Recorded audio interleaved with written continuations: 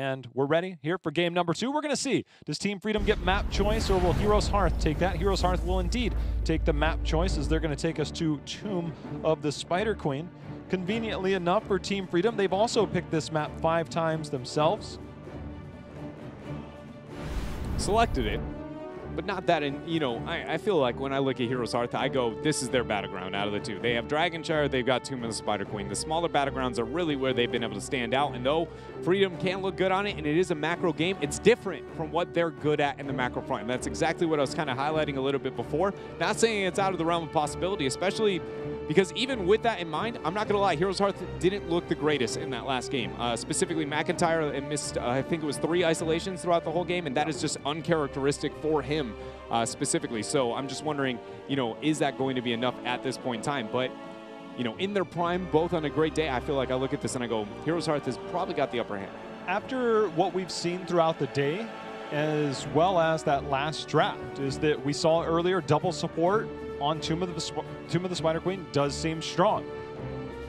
But the 2 players that we highlighted on that ranged role between Crowan and Lutano, both of them are Hanzo gods, right? They just obliterate people. They play it differently than other people. They get away with stuff differently. They know how to use that to their advantage. Both of them have extremely strong records on that hero. And we saw it last game. Played out well in the end, the sneaky boss at the end, but it's something that we've seen both players use on this battleground as well, and something that I think could be a point of contention on, do I go double support? Do I want a Hanzo? How am I going to work this in?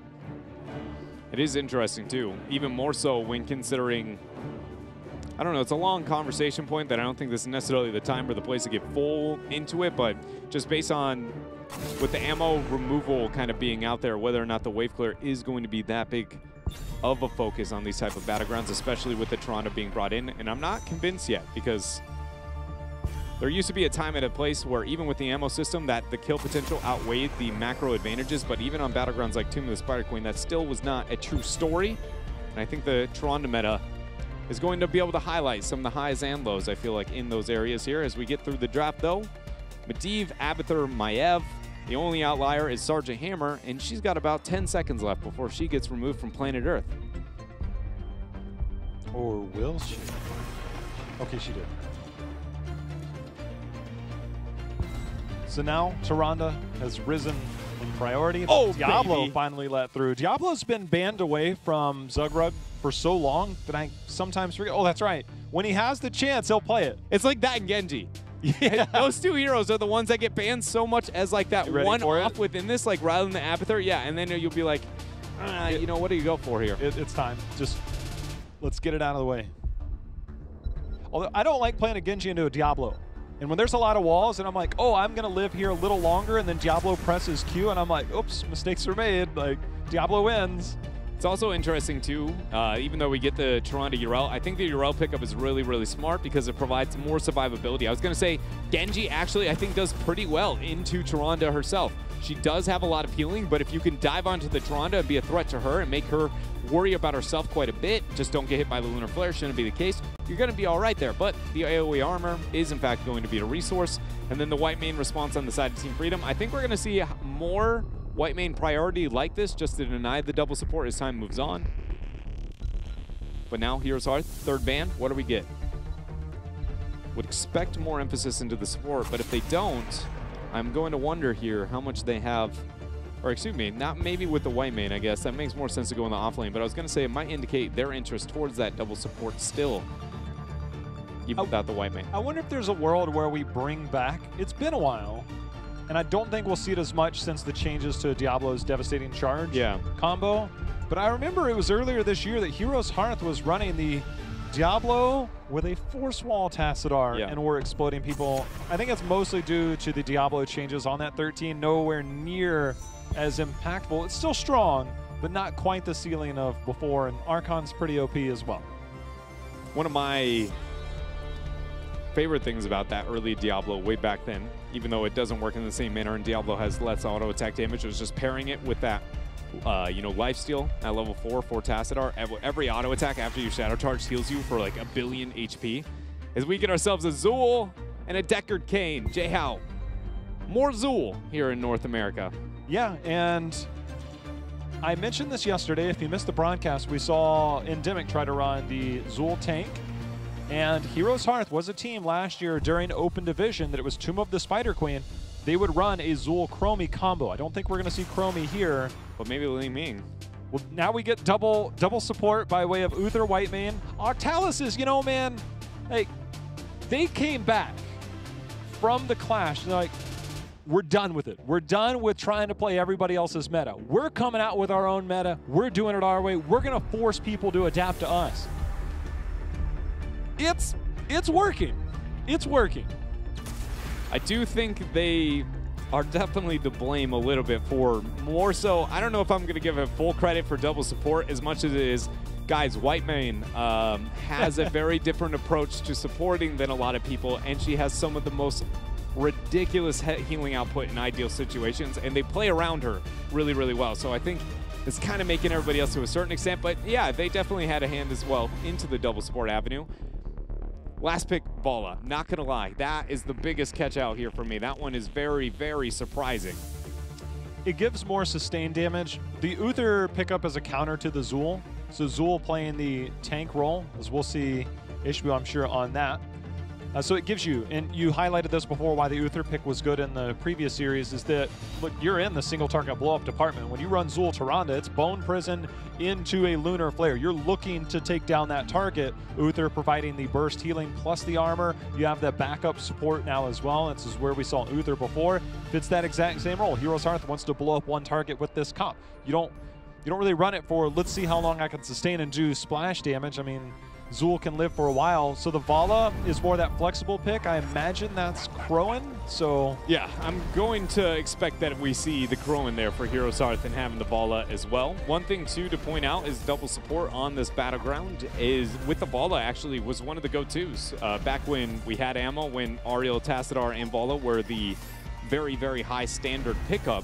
But this is a very different version of Heroes of the Storm, and I wonder how impactful is it actually going to be throughout this game? And even more so, if this is the route we're going, are we going to get true shot full auto Valla? Like, is that what our game plan is here? To get that macro pressure out and then just rely on that double support to really rip apart Diablo, Leo, and the sustain? I'm also trying to wrap my head around the spell power reduction on Tyrande 2 games in a row. And I'm thinking, is it trying to deny Whitemane some of her healing? I'm saying, well, if you heal based on damage done and I reduce damage done, then is that like a two-way street there to minimize damage on one side, minimize healing on the other?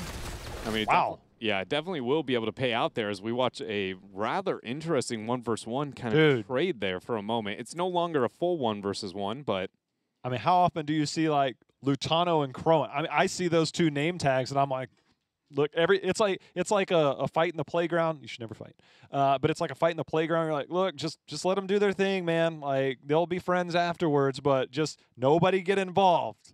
That's what I want to, like, everybody back away. Who wins this trade? That's what I want to see. The gentleman's 1v1. Yeah. Everybody else just B-step in circles around until eventually you find a decider. Yes, dude.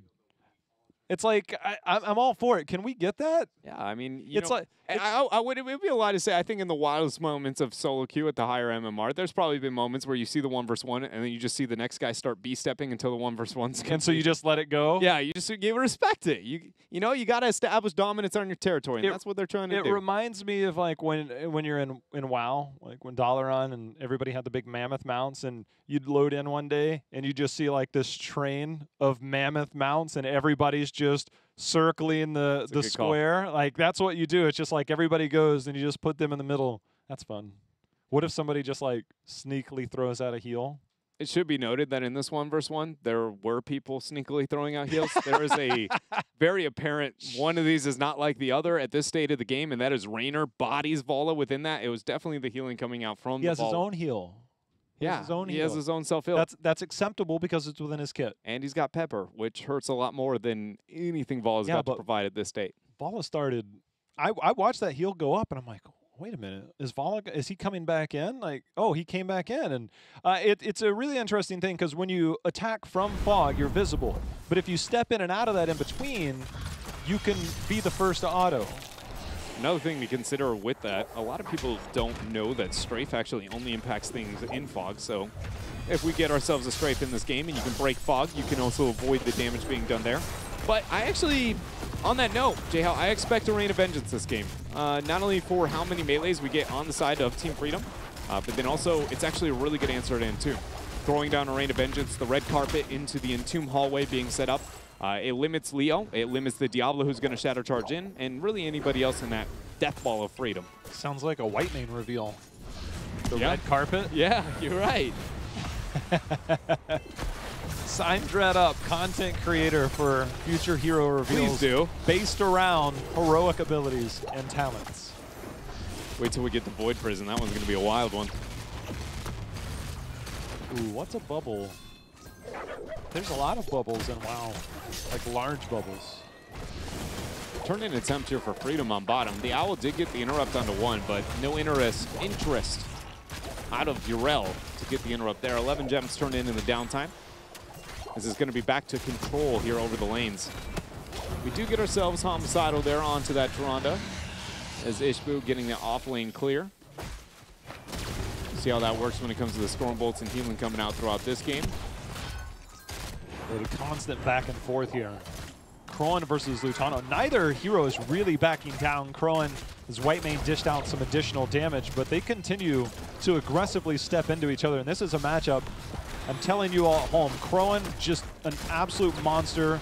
Said it last game, most kills per game in North America. Lutano #2. These are monsters. They are killers on each side of the battlefield. It's just so fun to watch these two people play. So we see the trade-off kind of happening there. One thing to keep in mind too, now that the 4's been picked up, providing that shield from Deckard on those pots is really going to help out with the ball of positioning offensively. Getting a double support and a shielding temporarily to make sure that your HP, can kind of go even higher than your traditional effective HP is going to put her in a position to be that threat on the front line so consistently. And to be honest, she has to be in this game. 21 to 18 gems turned in. Both teams nearing the mark to have 50 total for the first turn-in phase. Nasmus will try and grab 8 more, but McIntyre comes over, gives a little splash damage, and says, nah, gonna wait on that.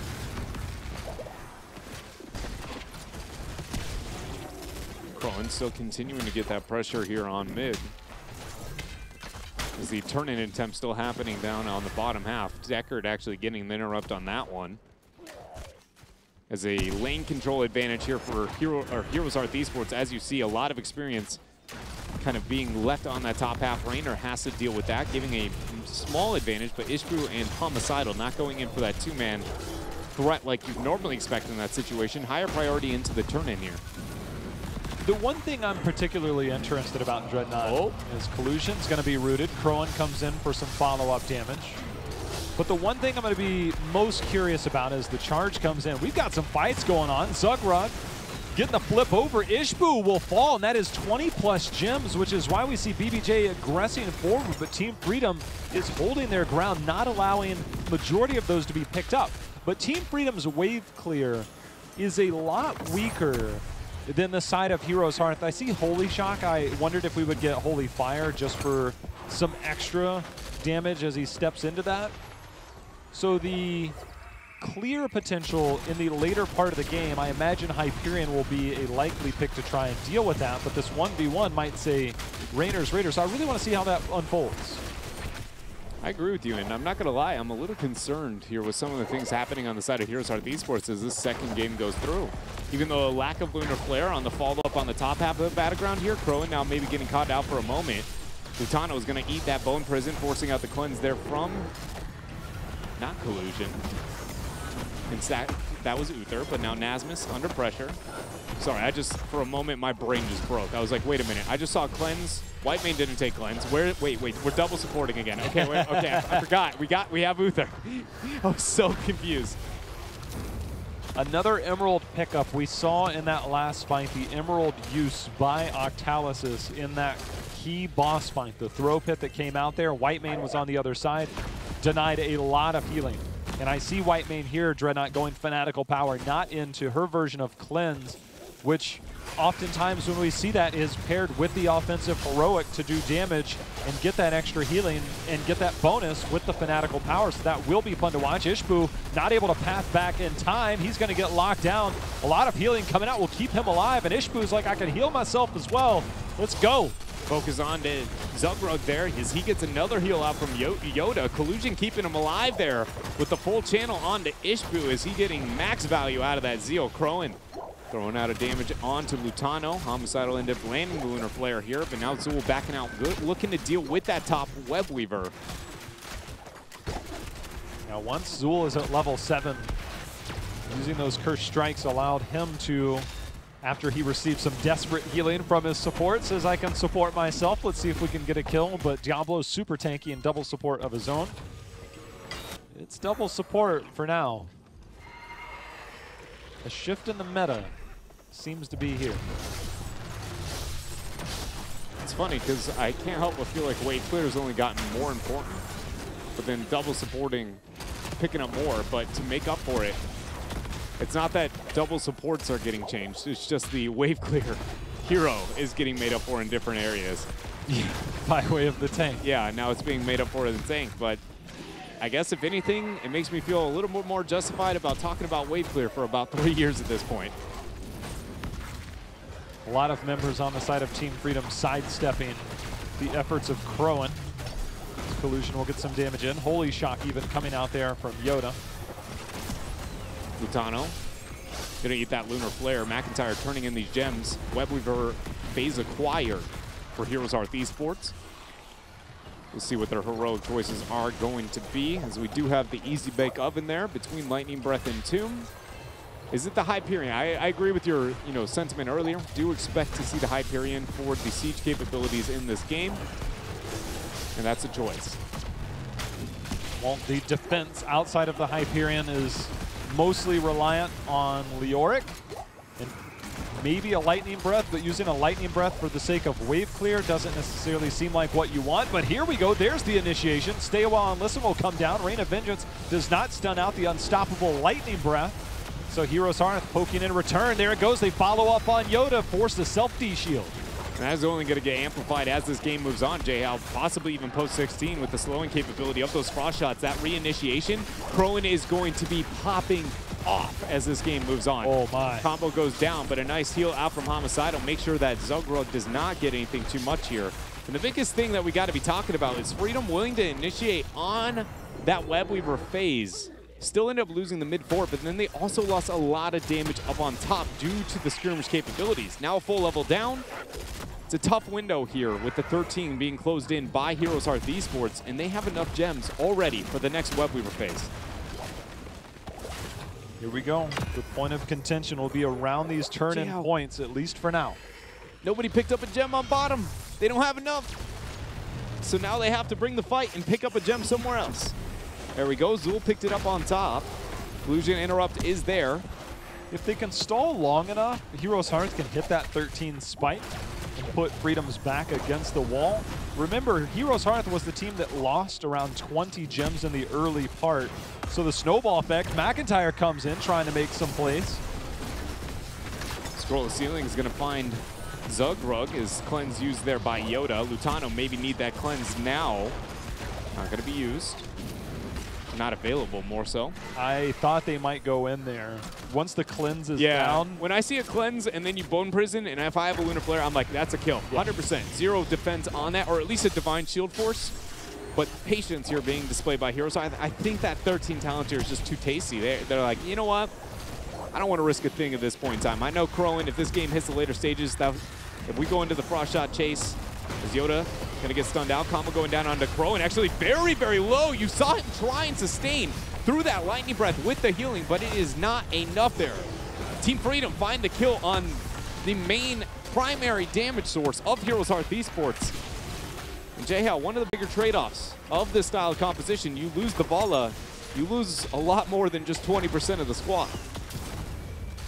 They get one stun, but Team Freedom has enough for that turn in. They're close enough to 13 that even if they get the turn in, they can make that push and collect 13 in the downtime. HeroesHearth will pick up their Night Camp to minimize some of the damage that will come through here and use that for the defense here in the middle lane. find out what they make happen here when it comes to rotations itself. It looks like it's a Vola solo clear on top for now. Mid and bottom are still the biggest concerns, which you see Lutano just prepping this thing with an early Hyperion. I actually love that Hyperion use. If you're going to use it, I would rather use it now rather than later, even though it hurts your teamfight capabilities. Getting as much damage onto this front wall and minimizing the damage output of that wall is going to be huge. Stay a while and listen dropped along with the Entomb over the wall. HGC holding his own is Homicidal trying to get the retreat out. He will have enough HP. Is Vola already rid of the top web weaver? Mid has been pretty effectively dealt with there by HeroesHearth. And bottom falling now below 20 to 15%. This is a amazing answer here towards this web weaver phase from HeroesHearth. Oh my goodness. They're coming in for the plays. Kroan saw blood in the water. He's coming in with the healing and the armor. Now the D-shield. Raynor is turning his attention back towards the fight. Scroll the ceiling, got to be thrown down. Yoda trying to escape, but he'll be unable to do so. He is in ghost form, though, has healing, has armor available here for Freedom. Collusion, turning around, dropping more heals. Crow in there, getting the auto attacks, getting the movement speed. He's going to move up, finds himself another one. That's a lot of gems, and Zugrug moves up, picks up 15 of them. Lutano using the pepper to threaten back HeroesHearth, but mission accomplished for HeroesHearth Esports. They get the kills, get the advantage. Now the web weavers. That right there was the epitome of why I love watching Kroan play. It's not all him. Somebody's calling for that because he's vaulting forward and landing a max range Rain of Vengeance, and the rest of the team, we mentioned the natural synergies this team likes. BBJ was there, Ishbu was there for the follow-up CC to make sure it was enough to initiate that entire fight. But a lot of it, Kroan, knowing the limits of those heroes to initiate, find those kills, just superb play in that last engagement for HeroesHearth. And here they continued their advance towards the top half. And I think it's important at this state to remind everyone at home that if HeroesHearth Esports does have the opportunity of winning this game, they will secure their position as the #1 team in North America, getting the auto-qualifying spot towards BlizzCon and being the North American #1 seed representative. Dread, you mentioned that Hyperion earlier to initiate the push for Team Freedom. Ancient Blessings was just used to siege down that wall before the web weavers get here, but now we've got another fight. Ishbu surviving for now, does get some autos out. Low on mana for him to survive off those cursed strikes. The web weaver already down, the keep still at around 40% health. HeroesHearth forced to walk away. Bottom web weaver is low enough to not be a concern for Freedom to commit any kind of rotation down if they would like. A bit of experience on reserve that they may want, and Nasmus will be the man to go pick that up for the team. That leaves a boss opportunity here for HeroesHearth as the 100's mark goes down, helping their race capabilities on it, but it's going to get sniffed out. Zul has shown himself on mid. There's the first reveal from Zugrug as they know it's on. Leo's now making his way over. Zugrug's going to be the focus here. Rain of Vengeance not going to be dropped there yet. Is the cleanse already used? There's Rain of Vengeance 1. Rain of Vengeance 2 is Comes Leo, though. And it's not going to just clip. missed. See if they try and turn this fight. Team Frightened. Oh, Zugrug stay and survive. Here comes Nasmus. He's going to try and get in position, but the rest of his team still licking their wounds, has to walk away with no 16. Until he picks up that 16 talent tier, it is not going to be a reasonable, in-tomb opportunity. And even then, Leo, until he hits 20, he doesn't have that I can flank approach. He loves left-to-right team fighting and really thrives in those type of environments. Now, with that zoning off, HeroesHearth Esports get themselves another web weaver phase. Top lane already prepped, bottom pretty well prepped in their favor.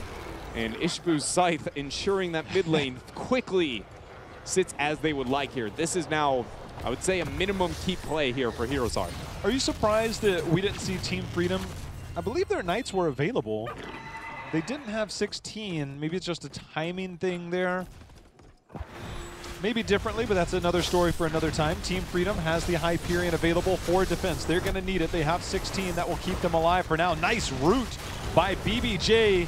Stay well and listen. We'll lock another in place. BBJ just put that fight in his sights and said, let's go. He's going to land another root here. Zugrug, but there's the white mane healing, and Zugrug keeping himself alive on Diablo. There goes the stun, the lockdown.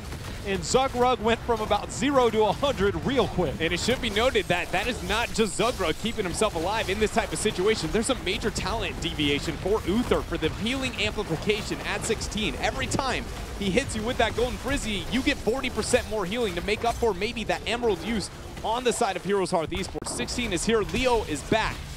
And only one keep fell so far throughout this web weave. Dread, this might not just be double keep. This could inevitably be triple. It is. That bottom one. Also, we got with the reset on the Lash at 16 for Whitemane, and with that Fanatical power and everything, there was so much there. Hami, he's locked in.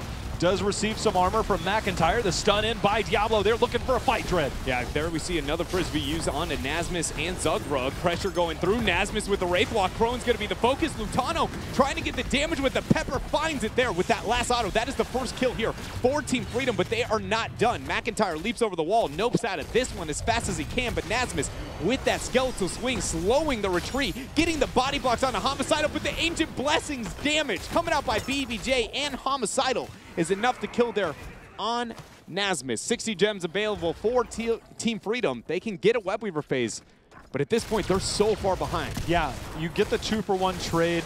Leo, more forgiving, but I look at the minimap, Dreadnought.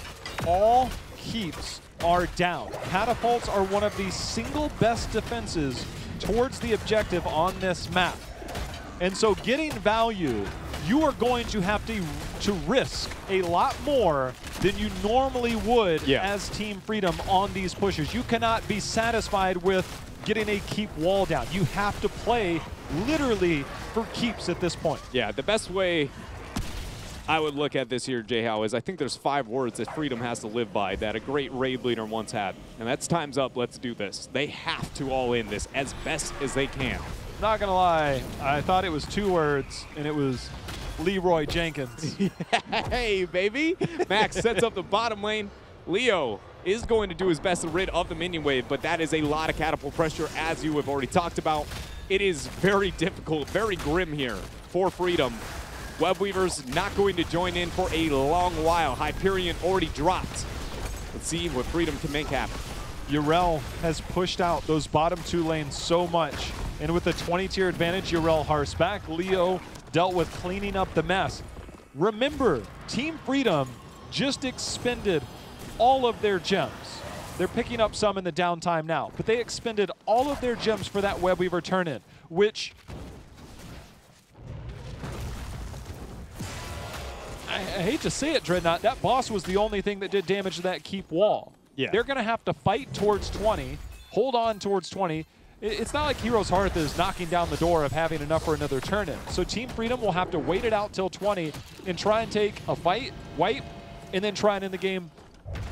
And for HeroesHearth, they are so far ahead by structures, Dread, they don't have to force the issue unless they have an opportunity. And the Zul has enough offlane pressure almost single-handedly that with the catapults aiding him, that he can just be the individual going around getting the clear, and as long as you don't get buried alive, not too much to worry about.